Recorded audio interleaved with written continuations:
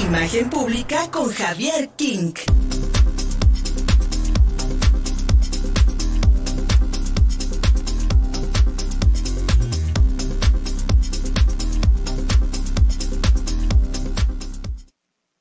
Sin duda alguna, el tema de la semana ha sido la visita del presidente Andrés Manuel López Obrador a países de Centroamérica y del Caribe, especialmente a Cuba, donde fue recibido por la plana mayor de la Revolución Cubana. Y mi querido Javier King, esta controversia, pues a nuestro presidente le ha servido para mantener este tema durante la semana, pero ¿qué tanto, vaya, qué tanto nos conviene como país los acuerdos que se acaban de tomar allá? Y especialmente ante la cumbre de las Américas, en la que pues el presidente, como se esperaban muchos analistas, ha puesto de pretexto a Cuba, a Venezuela y a Nicaragua para exigir a Estados Unidos un trato especial. Javier King, muy buenos días, amigo. Muy buenos días, Fer. Pues en efecto, ¿no? Esta gira que ha dado por Centroamérica ha dado muchísimo de qué hablar, precisamente porque pues muchos lo están tildando de pues farol de la calle y oscuridad de su casa, lo cual me parece que es un poco acertado, ¿no? Yo creo que muy acertado, sobre todo pues porque el principal punto de la gira, además de fortalecer los lazos con los países en los que está visitando, también tiene el propósito de pues tratar de combatir la migración ilegal hacia Estados Unidos y hacia México a través de los programas de Sembrando Vida y Jóvenes Construyendo el Futuro, que me parece también que es una inversión que no podríamos tratar de enmascarar de otra forma más que pues ir a encumbrar a otros países en lugar de combatir la gran pobreza que sufrimos en México y sobre todo la gran desigualdad social a la que nos enfrentamos todos los días, especialmente en estados donde la pobreza extrema y como decíamos, la diferencia social es abismal, ¿no? Como Puebla, que es uno de esos estados. Ya hablábamos, bueno, hablaban en los programas pasados sobre la diferencia social que hay en municipios como Coyomeapan, ¿no? Donde la población es extremadamente pobre, vive en condiciones muy lamentables, mientras que hay una cierta élite que vive pues de manera estratosférica, ¿no?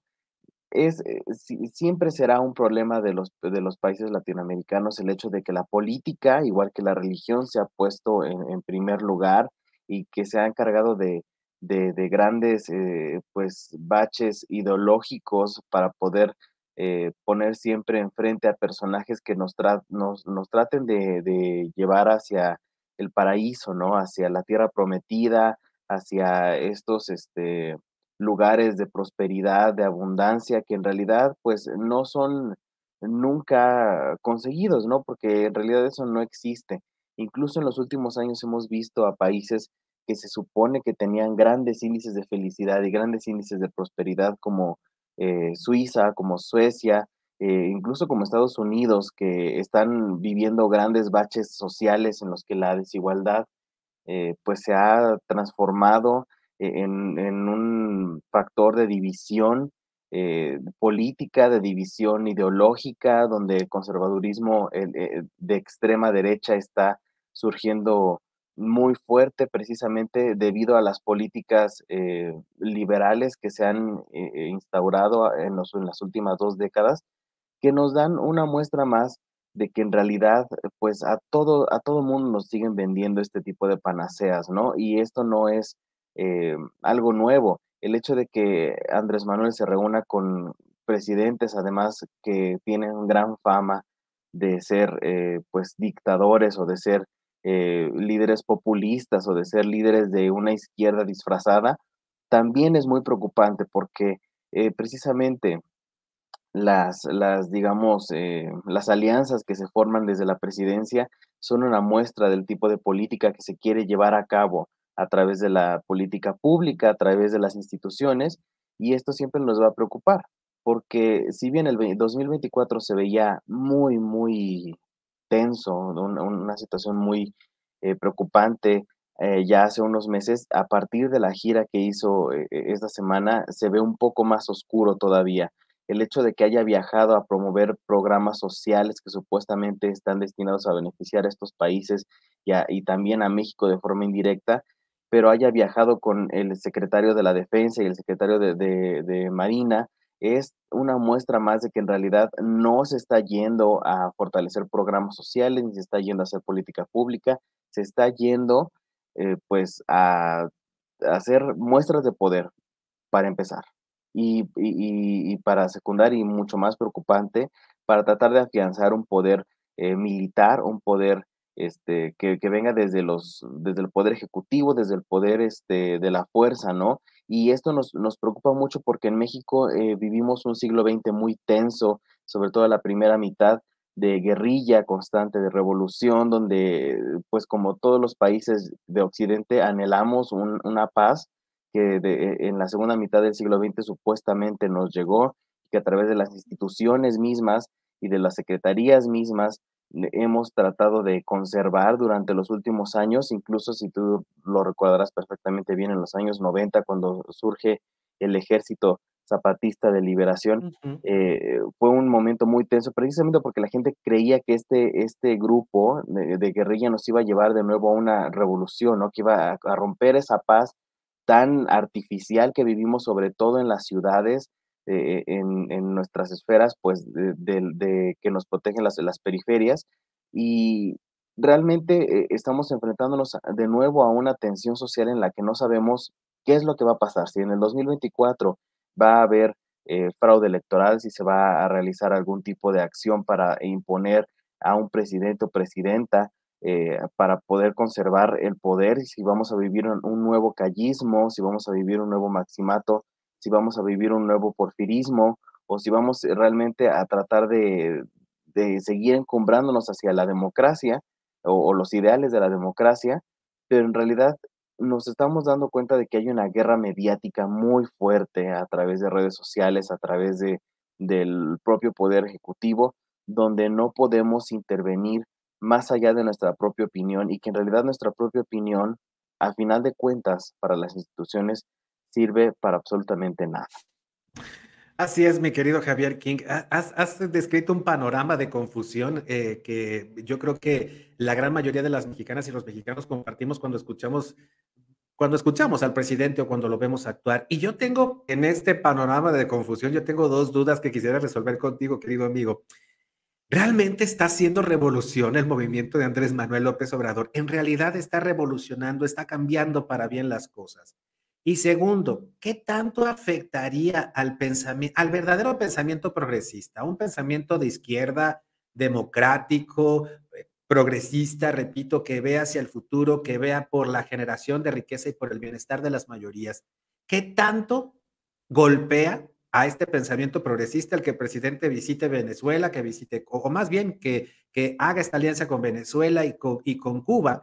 Porque si tú le preguntas a cualquier mexicano o mexicana en la calle, querido amigo, si tú le dices, oye, ¿quisieras para México el sistema de Cuba o el sistema de Venezuela? Tú y yo sabemos, mi querido Javier, que te van a decir no, con un no rotundo por la información que tenemos, y especialmente porque no son países muy desarrollados, amigo. En realidad estamos frente a una revolución y afecta el pensamiento progresista estas visitas de Andrés.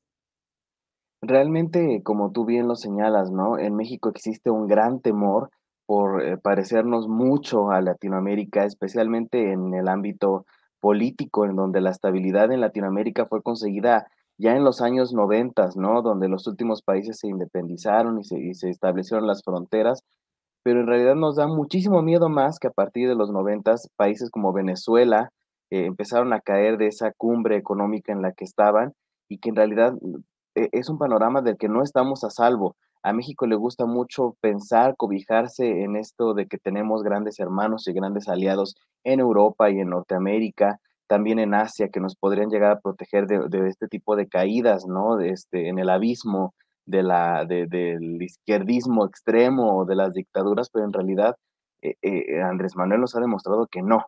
En realidad es muy fácil manipular las instituciones en México para poder llegar a este tipo de confusión, como bien lo decías, este tipo de, pues, de descarrajamiento, ¿no? De la propia seguridad nacional. en donde todavía podemos ser susceptibles, como nuestra nación lo permite, de una dictadura o de un poder dictatorial escondido, disfrazado como lo ha sido los últimos años en Cuba, donde realmente pues los ciudadanos tienen la última palabra, pero solamente en su cabeza, ¿no? Hay una participación democrática disfrazada en donde realmente no podemos intervenir. Como ciudadanos latinoamericanos nos hemos enfrentado mucho incluso a esta propia estética que lo veíamos en la gira de Andrés Manuel, ¿no? De la militancia, de estos grandes recibimientos de los mandatarios, de las medallas, de los uniformes relucientes, realmente de una superficialidad artificial donde los mandatarios pues siguen siendo un tipo de monarca, ¿no? Donde la ideología es la base de la corona y el mandatario simplemente cambia de color de capa, pero en realidad pues México está cada vez más cerca de eso porque cada vez la opinión está más dividida y la oposición no ha demostrado realmente tener una unidad y no ha demostrado tener un plan conjunto para poder rescatarnos de este camino, pues tan tumultuoso en el que nos estamos dirigiendo. Ojalá que el 2024, desde el próximo año, desde 2023, empiece realmente a formular un nuevo panorama en México, pero nos damos cuenta que en realidad los escándalos de imagen pública que tuvimos con los hijos del presidente, incluso la semana pasada, eh, significan poco. ¿Por qué? Nos ha demostrado en esta gira, él tiene en su bolsillo a la Secretaría de la Defensa, a la Secretaría de Marina, él tiene en su bolsillo también a los medios de comunicación, como lo han demostrado muchísimo, especialmente en nuestro estado de Puebla, donde pues incluso a través de los propios acuerdos se pueden llegar a este maquillamiento de la información. Es una situación realmente complicada y ayer justamente se conmemoraba el aniversario número 10 de la formación del movimiento Yo Soy 132.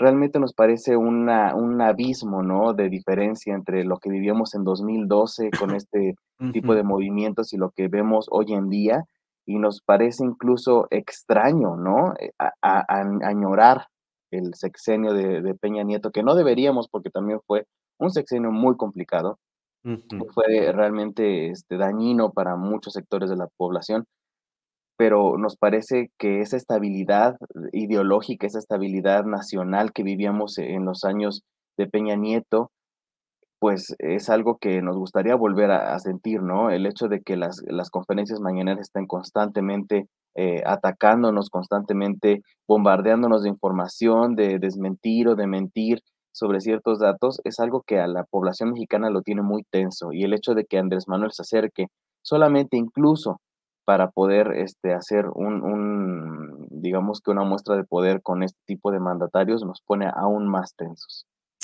Mi querido Javier King, yo creo que hay ahí un gran ingrediente de oportunismo político. Acabas de mencionar al Yo Soy 132 y ahora que los recordaba decía yo, ¿cómo caímos en la trampa? Porque pues, ¿qué ha hecho el movimiento Yo Soy 132 sino ser vaya, un referente corifeos de la palabra de Andrés Manuel López Obrador? Es un coro Exactamente, de lo que dice Andrés Manuel y me parece que ese mismo oportunismo político lo hemos estado viendo en cada una de las acciones del presidente López Obrador. Mi querido Javi King, exactamente. nos tenemos que regresar a la protesta de antorchistas allá en el Zócalo de la ciudad de Puebla. Mientras tanto, amigo mío, ¿dónde te encontramos para no extrañarte una semana? Me pueden encontrar en Facebook y en Twitter como @Javier King, ahí espero sus comentarios y pues muchísimas gracias, Fer.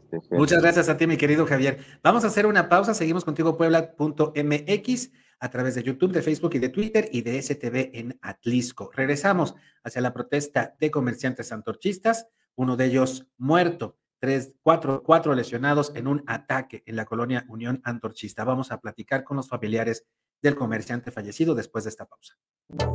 Síguenos en Facebook y en Twitter. Estamos contigo, Puebla.